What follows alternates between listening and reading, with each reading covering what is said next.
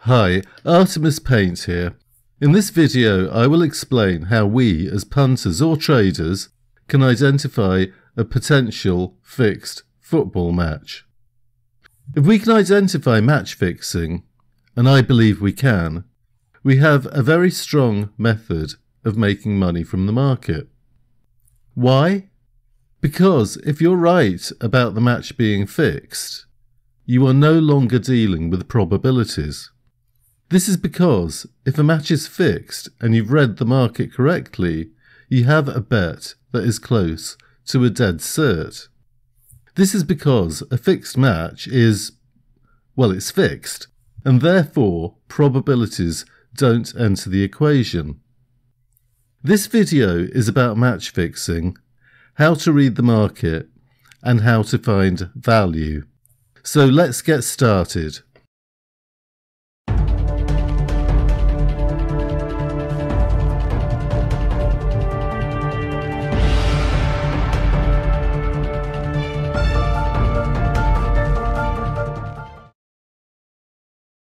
I'll cover three topics in this video.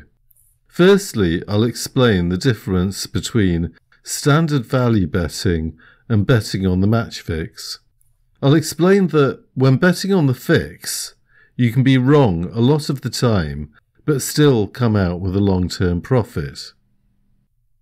The media often try and make out that match fixing mainly occurs in unimportant matches such as friendlies. Is this true? Or is the media trying to distract us from the truth? So the second topic is a discussion of whether there is match fixing at the top level of football. When I say the top level, I mean the top 5 leagues rated by the UEFA coefficient, and these include the English Premier League, the Spanish La Liga Primera, German Bundesliga 1, Italian Serie A, and French Ligue 1. I will also mention other leagues and incidents in the UEFA Champions League and UEFA Europa League. Thirdly, I'll explain how to read the market for suspicious betting activity. I'll also explain what I think are good ways to implement trades. So let's get started. Everyone should be interested in match fixing, because when you see value, it might not always be value. So even if you're not interested in betting with the fix, it would still be beneficial to identify and screen out the fix when you're doing standard value betting. In the first column of this table are odds. In the second column there are probabilities that represent a team's chance of winning. The probabilities are based on the middle point between the back and lay odds. For example, if the back odds are 2.0 at Betfair and the lay odds are 2.02, I base the probability of the odds halfway between these odds. So I would base the probability on odds of 2.01. The third column is the amount of money that you would lose on average if you closed your eyes and placed 100 different bets at £10 stakes at these odds. And the 2% commission is taken into account here. So let's say you are basing all 100 bets on a belief that the matches are fixed. In addition, you believe that you know which way it's fixed.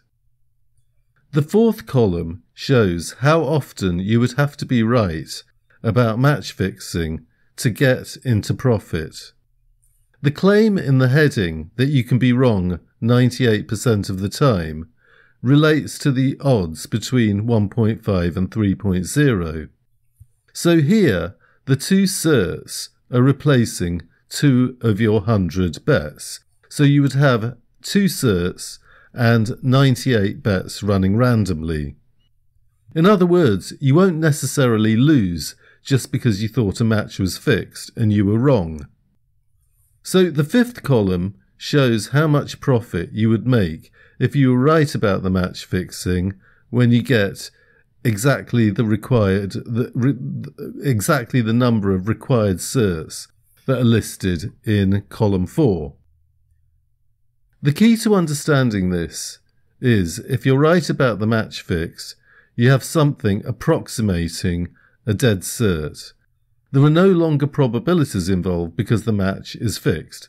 And I keep saying approximating a dead cert because I'm assuming even with a match fix, something can occasionally go wrong.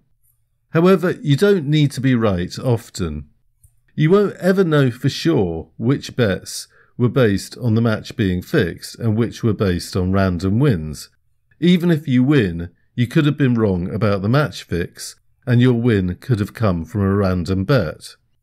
However, as you have a lot of room for error, this is a topic of major interest. So I want to make it clear the difference between standard value betting and betting on the fix. If you saw odds of 1.76 to back and 1.77 to lay, and you thought that the real odds for the win were 1.6, this would be a standard value betting situation. If you bet at 1.76, you're getting value, and if your real odds of the 1.6 estimate is correct, you would win the bet 62.5% of the time. If you're wrong about the real odds being 1.6, and the Betfair odds represent true probabilities, you would win 56.7% of the time. If you were betting because you thought that the match was fixed, you would win 100% of the time that you were correct. And when you're wrong about the match fixing, you would win 56.7% of the time, assuming the Betfair odds represent true probabilities. The decision on how you bet isn't necessarily a choice of one or the other. You can bet on both. However, there is an interaction between value and the fix. Occasionally, you can bet for value and the fix at the same time. And sometimes you can get big value in play after the fix has played out. And you might not understand exactly what I mean by this now. However, I will explain this properly in the third section of the video. So now I'll present the case that there is likely to be match fixing at the highest levels of football. We hear about match fixing in the media a lot these days. The BBC has been putting articles out on match fixing for about 10 years. I first got interested in the idea of identifying match fixing from the pre-match betting during the first lockdown in 2020. I was reading media articles that were saying that match fixing is increasing because of what is going on in the world. And my understanding from the headlines saying that match fixing is on the increase is that match fixing is always there, but it's just increasing now. This is a website called ResearchGate. It's a database of academic articles. When I put match fixing football into the search box, it gives out 100 articles on match fixing. There's 10 on each page. I think 100 is the maximum that they show in a search, therefore there could be tons more. So it does appear that match fixing is real. Therefore, whatever your betting strategy, you need to read the market for potential fixed matches. And this isn't any different from reading horse racing markets, where you're looking out for gambles and non-triers. In fact, it's easier to read football markets because there are only 2 teams and you don't have complications of, say, bad form horses dropping down in the weights to a winnable mark or horses being off the track for a long time. However, there is something that doesn't make sense about the media frenzy about match fixing. A lot of media articles on match fixing seem to be attempting to cause a panic about match fixing on small games such as friendlies. Not that many people bet on friendlies, and where's the liquidity? I would assume that match fixers need liquidity. If you read between the lines of both media and science articles, they want us to believe that the top leagues are clean and match fixing is primarily the work of rogue and possibly illegal bookmakers and other criminals from other countries. I'm not going to speculate as to who might be behind the match fixing. However, we've seen a lot of corruption at home and in other European countries in recent years. So anyway, I'll discuss whether there may be match fixing in the top leagues. So I'll start with the 1975 match in Paris, in which Leeds United may have got badly stitched up in a match against Bayern Munich. The match was the European Cup final, which is equivalent to the Champions League final today. The controversy was associated with two main refereeing decisions. In fact, there were three incidents, and all of them involved the West German captain, Franz Beckenbauer. The first was a disallowed Leeds goal that was scored by Peter Lorimer. The second was when Leeds' Alan Clark was brought down in the penalty area by Franz Beckenbauer. In addition, there was a claim for a handball in the penalty area against Franz Beckenbauer, and no penalties were awarded. However, the way Lorimer's goal was disallowed was bizarre. After Lorimer scored, the referee pointed to the centre circle, indicating a goal. The linesman didn't raise his flag and ran back to the halfway line. And this is the bizarre bit. Franz Beckenbauer spoke to the referee, who then spoke to the linesman. Then the referee indicated offside against Bremner. Remember, this was the final of the top competition in Europe. There was obviously no VAR back then. So the question is, what did Beckenbauer say to the referee? Because other than this match, I don't think I've ever seen a player get a referee to reverse a goal decision before or since, although I've seen some get booked for trying. There's no proof that the match was fixed. However, one of the main ways in which matches get fixed is through referees. And by the way, being a great sportsman doesn't mean that a person is beyond dodginess. For example, no one would have believed that the late South African cricket captain, Cronje, would have taken match-fixing related bribes before he got caught. The 1970s Leeds side was a brilliant side. The players were strong individually, and they played really well together as a team. However, in a Daily Mirror article in 1978, former goalkeeper Gary Sprake accused former Leeds manager Don Revie and former Leeds captain Billy Bremner of routinely bribing players from other teams to throw matches. There was a specific match against Wolves in which Leeds only needed to draw to win the league. The allegations were that Bremner tried to bribe a Wolves player to allow Leeds to win, and Leeds lost the match. Nothing was proven. However, think about this. If Gary Sprake was telling the truth, it has implications that go way beyond just dirty Leeds. For a team to be routinely bribing other teams, it requires other teams to be routinely taking bribes, and those kinds of teams would probably be bribing each other as well. And that casts a shadow over the whole First Division of that era. As I said, nothing was proven, but let's turn to a proven example of how a bit of bribery between teams leads to most teams in the league being involved. 4 years before the match between Leeds and Bayern Munich, in 1971, bribery did occur in the top tier of West German football. This is the first example of a proven bribery scandal I'm presenting. Two clubs, Kickers Offenbach and Arminia Bielefeld, who were in relegation trouble, bribed players from other clubs to throw games. The end result was that more than 50 players, managers and officials received suspensions and bans. In addition, Offenbach was relegated to a lower league in spite of the match-fixing efforts. So this is a list of manipulated games. The number of teams involved adds up to 11. There were 18 teams in Bundesliga 1 in 1971. This means that 61% of the teams in the league were involved in the bribery scandal. So this is how it can escalate. A small amount of bribery can escalate into involving most of the league. So let's get to modern times.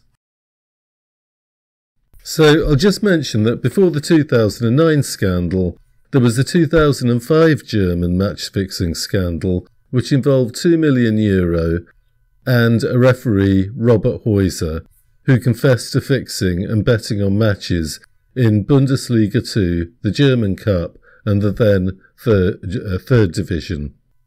The 2009 match-fixing scandal involved 9 European countries, including Germany, Belgium, Turkey and Austria.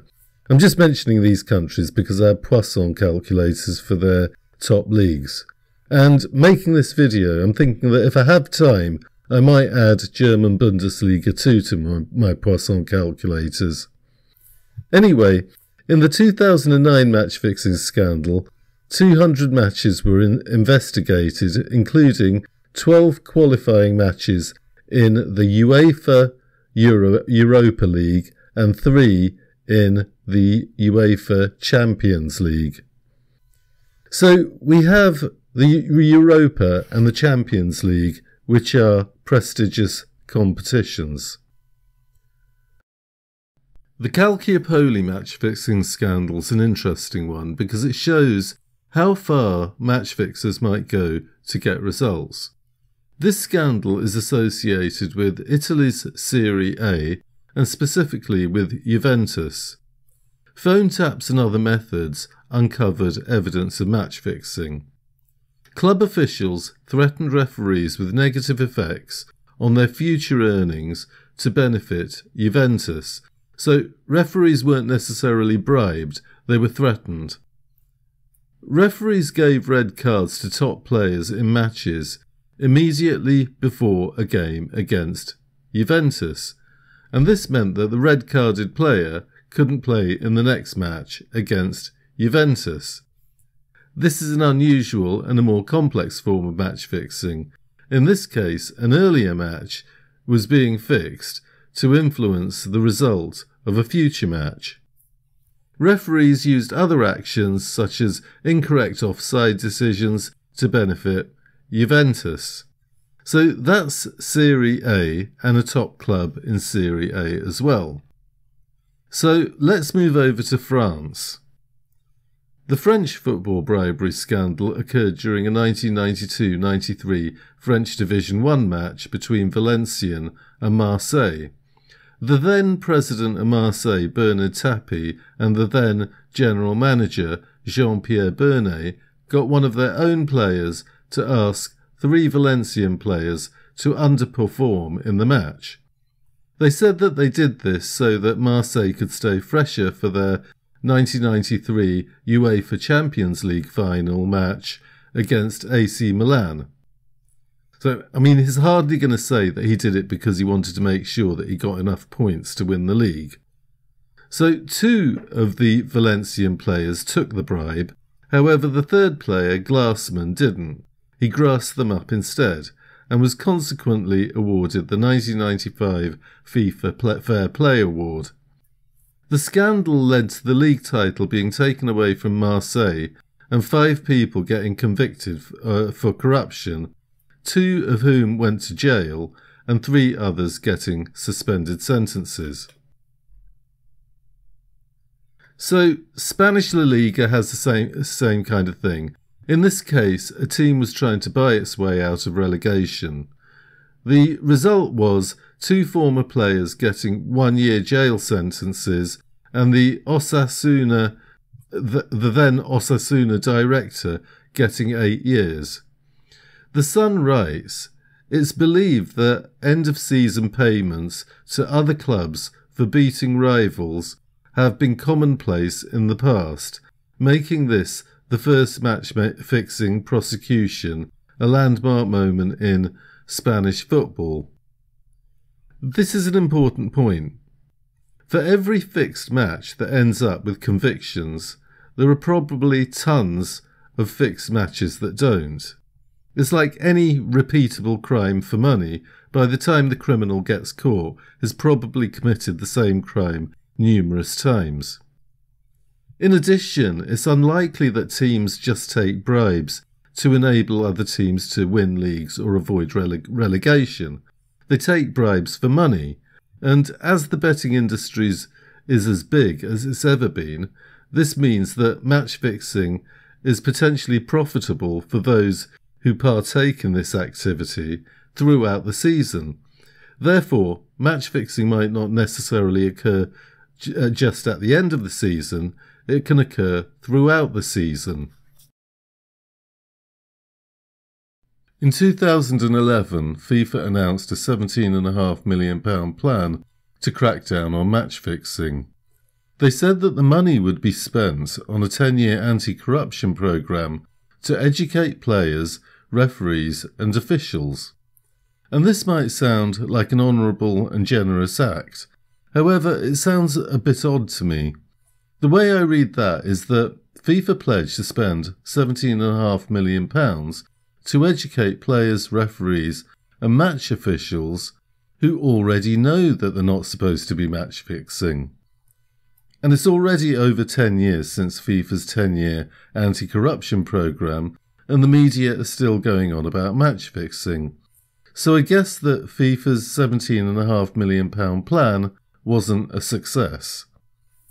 Anyway, 4 years after FIFA's £17.5 million plan to crack down on match fixing, FIFA themselves were found to be involved in a major corruption scandal. The FIFA corruption scandal wasn't match fixing, but it involved a lot of money and a lot of people. When the organisation that's supposed to be overseeing football gets found to have large-scale corruption within its own ranks, it's unlikely that match fixing is going anywhere soon. In addition, it's not unreasonable to wonder if match fixers might only need to grease the right palms to get permission to continue. So what do we know? We know that match fixing has occurred at least since the 1970s. The cases that have been discovered in football have mainly been on the inside of the football industry. So most fixed matches that have ended up with arrests have involved teams bribing each other, although the 2005 Bundesliga 2 scandal involved a referee who was bribed by a dodgy gambling syndicate. There have been match-fixing cases in 4 out of the 5 top European leagues, including La Liga, Bundesliga 1, Serie A and French League 1. In addition, match-fixing has occurred in UEFA, Europa and Champions League qualifiers. Now, I'm not interested in the morality of match-fixing, I'm just interested in identifying match-fixing and differentiating normal value from match-fixing. There's no solid evidence of match-fixing in the Premier League. However, there's been match-fixing and corruption almost everywhere else. The question is, do you think it's possible that the Premier League could be clean when there's been corruption in so many of the top leagues and in FIFA itself? And then there are bookmakers. If you Google gambling industry fines, you'll see that they've been fined for money laundering failures, accepting stolen money, and social responsibility failures, of course. So the bookmakers don't really have what you might call a faultless resume. So I'll leave you to decide whether the Premier League could be clean within these types of surroundings. So in this section I'll explain how to identify suspicious betting. I'll start with this paper by Feustel and Rodenberg. Their ideas regarding identifying suspicious market behaviour are similar to what I've been doing. However, this paper was published several years before I even thought about working on suspicious market behaviour in football. In addition, I've gone deeper than they have. I'll tell you what they did first. They looked at matches from 4 leagues: the English Premier League, the USA MLS, Italian Serie B and French League 2. They used the Poisson distribution model to calculate percentages or odds for each match. They measured suspicious market behaviour by percentage difference between the Poisson results and the market closing price. The more a betting market's closing price differed from the Poisson price, the more suspicious it was deemed to be. If corrupt money was bet, the authors expected to see closing prices that were significantly different from odds generated by the Poisson model, and the corrupt money winning at a significantly higher rate than expected. Note that if you were blindly using Poisson, you'd be seeing value where these authors would be seeing suspicious market behaviour. And this is why being able to differentiate between value and suspicious market behaviour is important. Obviously, the authors couldn't say that the matches were definitely fixed. However, they implied that fixing may have been occurring in French League 2 and the Italian Serie B, but not in the English Premier League or the USA MLS. They found matches with closing prices that were 19% or more different from the Poisson result in terms of implied odds in all 4 leagues. So the first condition of the analysis was met in all 4 leagues. However, the second condition of corrupt money winning at a significantly higher rate was only met in 2 of the leagues, which was the French League 2 and Italian Serie B. In both French League 2 and Italian Serie B, the 8 most suspicious matches were played near the end of the season, and the result had a significant impact on the team's chance of getting promoted or their risk of relegation. So the study that I just described supports the idea that corruption might occur in situations in which teams are at risk of relegation or in need of points to gain promotion. As I've said, I think match fixing can occur any time during the season because, according to the media, match fixing is also instigated by gambling organisations who apparently don't seem to get caught very often. Such gambling organisations are not interested in promotions and relegations, they're just interested in money. So anyway, in contrast to the study, I use a few more ideas in my analysis. The first point about the paper is that the authors didn't look at the team sheets. So I do look at the team sheets. If I see market odds that differ significantly from the Poisson results, to view this as potentially match fixed, I want to exclude the team sheets as being the reason for the odds difference. The second point is that the authors just looked at Poisson results and the closing market prices. I look at the whole timeline. I'll explain in a minute how that can help us to read the market. The third point is that the authors of the study just looked at the match results. In other words, they looked at whether corrupt money could win on the whole match result. Again, I do more than that.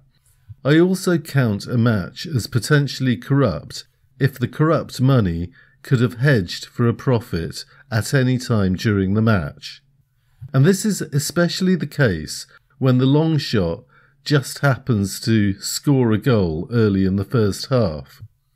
So let's say that I see the odds on favourite drift and this long shot in the graph getting heavily backed. So let's say that this looks like suspicious betting. In other words, I think the favourite should be significantly shorter in the betting while the long shot should be significantly longer. So the match goes in play and the odds of the team start drifting, and then the outsider scores a goal early in the match. Now, the corrupt money can hedge for a profit. Even if the outsider goes on to lose, I would view this as a potentially fixed match. I'll go into more detail on how I differentiate between a potentially fixed match and value in a moment. So this is how I see the football timeline. At each point across the timeline, there'll be a mixture of types of money in the market. The mix of players will increase as you get closer to the start of the match. When you have different types of players all doing different things, this is often referred to as market noise. The first part is 1 day before the match. I've put 1 day before the match, however this could be even longer, like 2 days or a week.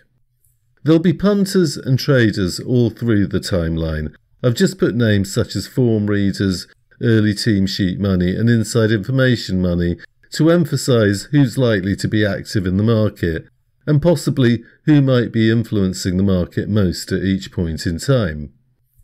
In addition, these aren't exact times that the different types of players enter the market, so the moves might occur earlier and later, and this might depend on how fast the liquidity builds up in the market.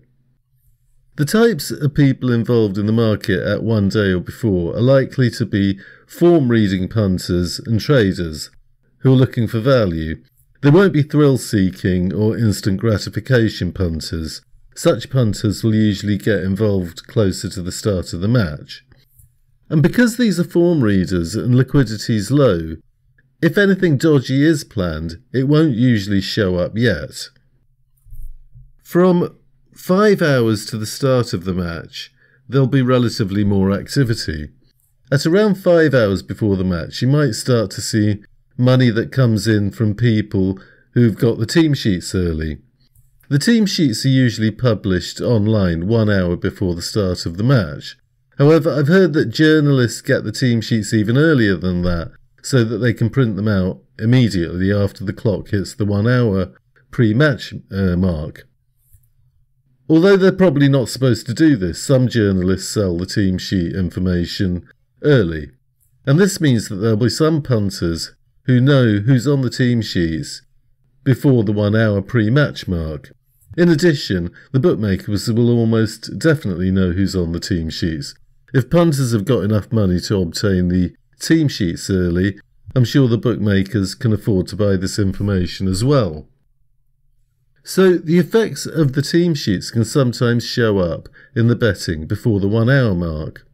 I've put after 1 hour pre-match, I've put emphasis on insider money, and this is because insider money is usually big money and these players need liquidity. And don't forget that a lot of this activity can overlap. So how can we identify potential match fixing? Basically, if the betting pattern of the market doesn't make sense, there may be something going on. So you would look at graphs against a background of having already estimated the odds using the Poisson model and looking at the odds when the teams have played each other in the past. You also want to exclude recent form and weak team sheets as the reason for odds movements. I've gone through the top 3 on the checklist in the previous 2 videos. So, in this graph, the Poisson result is represented by the blue horizontal line.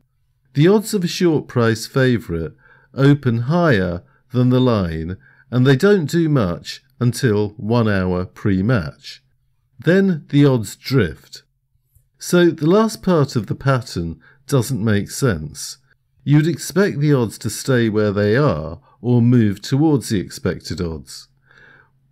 When value looks too good to be true, it might be. Another point that I want to make is if we move the expected odds up and keep the shape of the graph the same, the graph now makes sense. This is because in the first part of the graph, the odds were lower than expected. This isn't unusual for a short price favourite. Then, in the last hour, the odds moved towards their expected price. And this is why you need to have an idea of what the expected odds should be in order to interpret the graph. So when you see a late sharp movement away from the expected odds, you should be suspicious. I mean, it's not suspicious when a short price favourite is overbacked below the line. The market will sometimes overback a favourite, or the bookies might hold the price of a favourite down.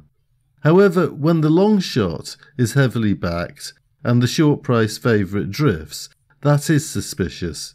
That's because most long shots don't have the players to control the game. Generally, a weak team is responding to the better team rather than being proactive and making the better team respond to them. So how do we make money from this? As the strong team controls the game, it's the strong team that I follow. If I've never seen the strong team in combination with this betting pattern, I watch how the match plays out. If I can see a way of getting value, I get involved the next time I see the same betting pattern involving the same team. So basically, when I've seen how the match plays out, I'll try and plan how I will get involved the next time that I see the same team and the same betting pattern.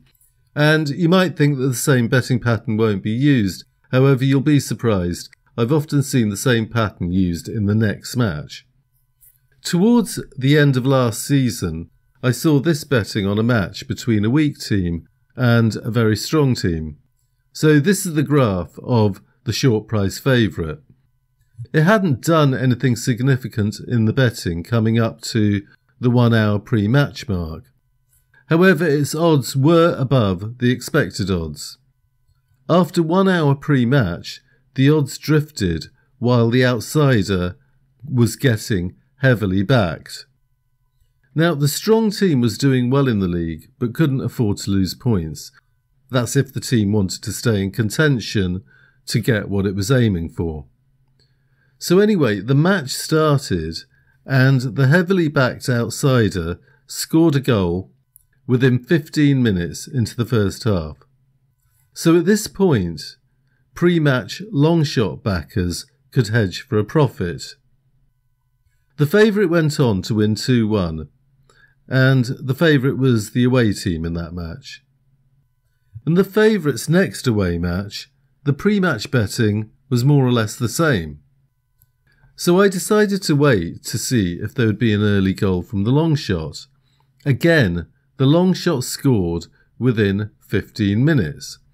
So now I'd seen two parts of the previous match repeat, the betting and the early goal. At this point, I still couldn't be sure about the details of how the match would be fixed after the first goal had been scored. I didn't think that the favourite would simply give 3 points away, so that left two possible scenarios. The first would be an agreement that the long shot will score the first goal and then allow the favourite to win. The second could be an agreement that the long shot scores the first goal and then allows the favourite to score a goal, and then at 1-1 they play a proper football match from then. In any case, I backed the favourite after the goal, and the favourite went on to win 2-1 again. And yes, it may have been a coincidence that 2 matches in a row, long shot backers could have hedged for a profit after the early goal in 2 matches. However, you've still got to wonder why weak teams were getting back so heavily. As I said earlier in the video, you never really know if you've identified a fixed match, or if you've got a random win. But let's say this was a coincidence. There's another way to think about this. At the start of the match, the favourite is at value odds because it's above the Poisson line. When the goal goes in, it's likely that the favourite is still value. I don't think it's unreasonable to assume that after a goal is conceded, the odds of the favourite will increase relative to the odds that it started the match at. Therefore, the team that was at value odds before the match should be value odds after they've conceded a goal. And I call this type of value implied value. Therefore, even if the match wasn't fixed, I should still be getting implied value. Earlier in the video I said you can bet on the fix and value at the same time. This is an example. So even if you think a match is fixed, don't ignore value. It helps if you can get both. This is about betting on history to repeat in combination with getting value. The idea of this video isn't to explain a single trade, but rather a way of using the pre-match betting to think through trades. Corruption has and probably still does occur at the top level of football. Don't expect to see match fixing around every corner. Although match fixing can occur throughout the season, there may be a larger percentage of fixed matches close to the end of the season. Reading the pre-match betting helps to identify implied value when you're betting or trading in play. Even if I'm betting at half-time, I'm still conscious of how the pre-match betting went and figuring out whether the bet that I'm thinking of placing is implied value. In an example in this video, I explained how you might be able to deduce whether you're getting implied value in play based on the closing pre-match odds. And at the start of the video, I explained that when you're looking at a match that you might think is fixed, you don't have to get it right that often to be in profit in the long term. So now you know about match fixing, don't forget to look for normal value. Anyway, that's all for this video. Take care and good luck.